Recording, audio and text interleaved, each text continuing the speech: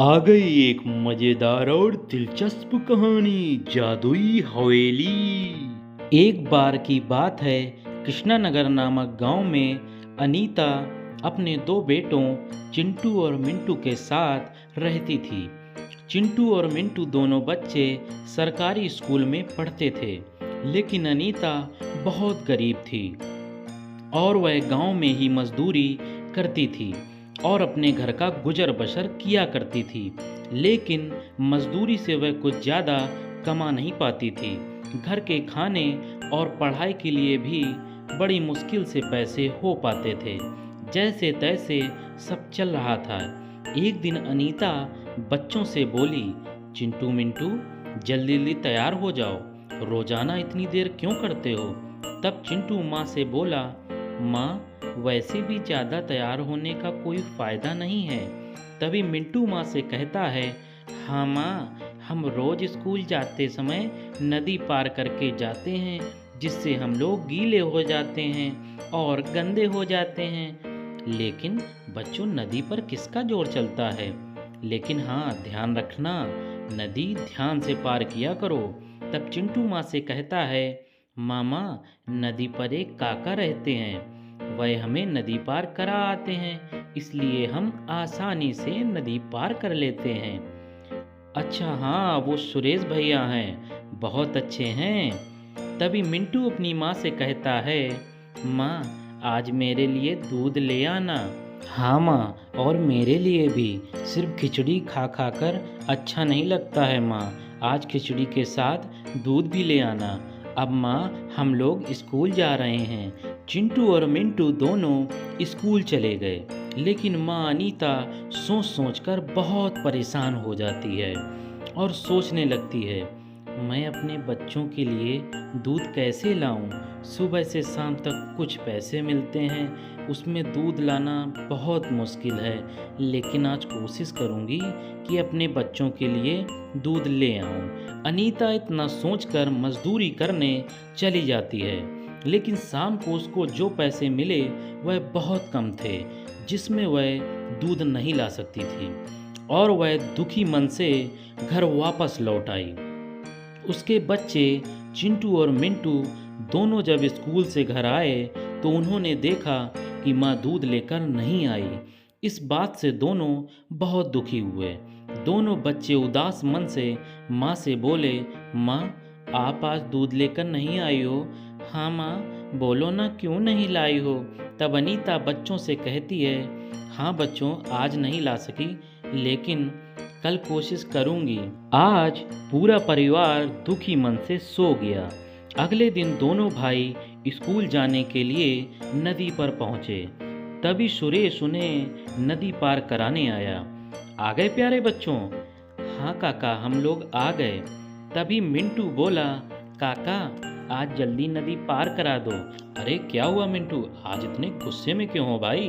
तभी चिंटू कहता है, कुछ नहीं, इसको दूध नहीं मिला है ना काका, इसलिए बहुत गुस्से में है। अच्छा अब समझा, चलो कोई बात नहीं बच्चों, वहाँ सामने एक जादुई हवेली है, मैंने सुना है कि उससे जो मांगो वह सब कुछ देती है। आज मैं वहाँ जाऊँगा और तुम लोगों के लिए दूध लेकर आऊँगा, ठीक है। तब चिंटू कहता है, काका हम भी आपके साथ चलेंगे। यह सुन मिंटू घबरा कर बोला, नहीं नहीं, मैंने सुना है कि यहाँ बच्चे नहीं जाते। तब सुरेश कहता है, हाँ मिंटू सही कह रहा है, मैं अकेले जाऊँगा और तुम्हारे लिए बहुत सारी चीज़ें लाऊंगा। तभी चिंटू कहता है, काका मैं शाम तक इंतज़ार नहीं कर सकता हूँ। ठीक है, तो अभी चलते हैं नदी पार करके और हवेली से खूब सारी चीज़ें मांगते हैं। सुरेश ने बच्चों को नदी पार करा दी और तीनों उस जादुई हवेली के पास आ पहुंचते हैं। सुरेश हवेली में चला जाता है। हवेली में अंदर चारों ओर धुआं ही धुआं था और कुछ डरावनी चीजें थी जो सुरेश को डरा रही थी। इस वजह से सुरेश ने वहां से बाहर निकलने का सोचा, लेकिन तभी किसी ने उसे पीछे से पकड़ लिया और वह जोर जोर से चिल्लाने लगा, अरे बचाओ बचाओ, कोई मुझे बचाओ। तभी चिंटू बोला, काका क्यों चिल्ला रहे हैं, शायद उनको कोई परेशानी है मिंटू, चलो अंदर चलते हैं। तभी उन्हें नदी में से एक शोर सुनाई दिया। एक छोटा बच्चा नदी में डूब रहा था। चिंटू और मिंटू ने उस बच्चे की तरफ देखा और हवेली के अंदर से काका के चिल्लाने की आवाज़ और नदी के अंदर से एक छोटे बच्चे के रोने की आवाज़ आ रही थी। दोनों को कुछ समझ नहीं आता है कि क्या करें। तभी चिंटू कहता है, समझ नहीं आ रहा है कि पहले किसको बचाया जाए। तभी मिंटू बोला, काका बड़े हैं और वह खुद से भी बाहर आ सकते हैं चिंटू भैया, लेकिन यह छोटा बच्चा है, यह खुद से बच नहीं सकता। तभी चिंटू कहता है, ठीक है, पहले इस बच्चे को बचाते हैं, फिर काका के पास चलते हैं। दोनों भाई नदी में कूद गए। उन दोनों को खुद भी तैरना नहीं आता था, लेकिन उन दोनों ने हार नहीं मानी और जाकर उस बच्चे को पकड़ लिया। वह तीनों खुद भी नदी में बहने वाले थे कि तभी चिंटू के हाथ में एक बड़ा सा लकड़ी का लट्ठा आ गया।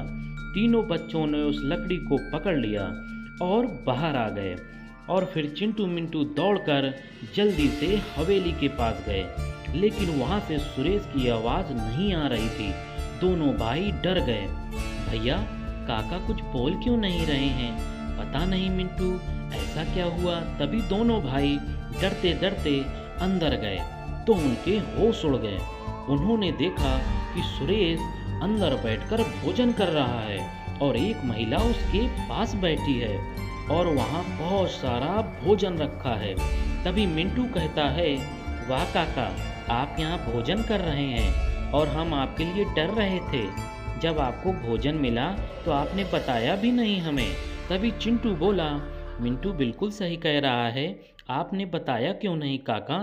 तभी वह औरत बोली, इसमें इनकी गलती नहीं है। जो बच्चा पानी में डूबा वह मेरा ही बच्चा है बच्चों। मैं बस यह देखना चाहती थी कि तुम कितने अच्छे बच्चे हो, इसलिए मैंने उसे पानी में डूबने दिया, जिसके बाद तुम दोनों ने अपनी जान पर खेलकर मेरे बच्चे को बचाया। इस बात से मैं तुम दोनों से बहुत खुश हूँ। मैं इस हवेली की मालकिन हूँ और हमारे पास जादुई शक्तियाँ भी हैं। चिंटू मिंटू बोले, सच्ची? वह औरत बोली, हाँ, और अब यह जादुई हवेली मैं तुमको दे रही हूँ। चिंटू मिंटू, तुमको जीवन में कभी किसी चीज़ की ज़रूरत नहीं पड़ेगी। तुम अपने परिवार के साथ खुश रहोगे और मैं अपने बेटे के साथ अब एक अलग दुनिया में जा रही हूँ। अरे वाह भैया, अब तो हमें नदी भी नहीं पार करनी पड़ेगी। और फिर दोनों बच्चे खुश होकर अपनी माँ के साथ जादुई हवेली में रहने लगते हैं और सुरेश काका को माँ अनीता एक कपड़े की दुकान खुलवा देती है और सभी खुशी खुशी अपना जीवन जीने लगते हैं। धन्यवाद। दोस्तों, यदि कहानी पसंद आई हो तो कहानी को लाइक करें, कमेंट करें, चैनल को सब्सक्राइब करें और हाँ दोस्तों, बेल आइकन दबाना ना भूलें। बहुत बहुत धन्यवाद दोस्तों।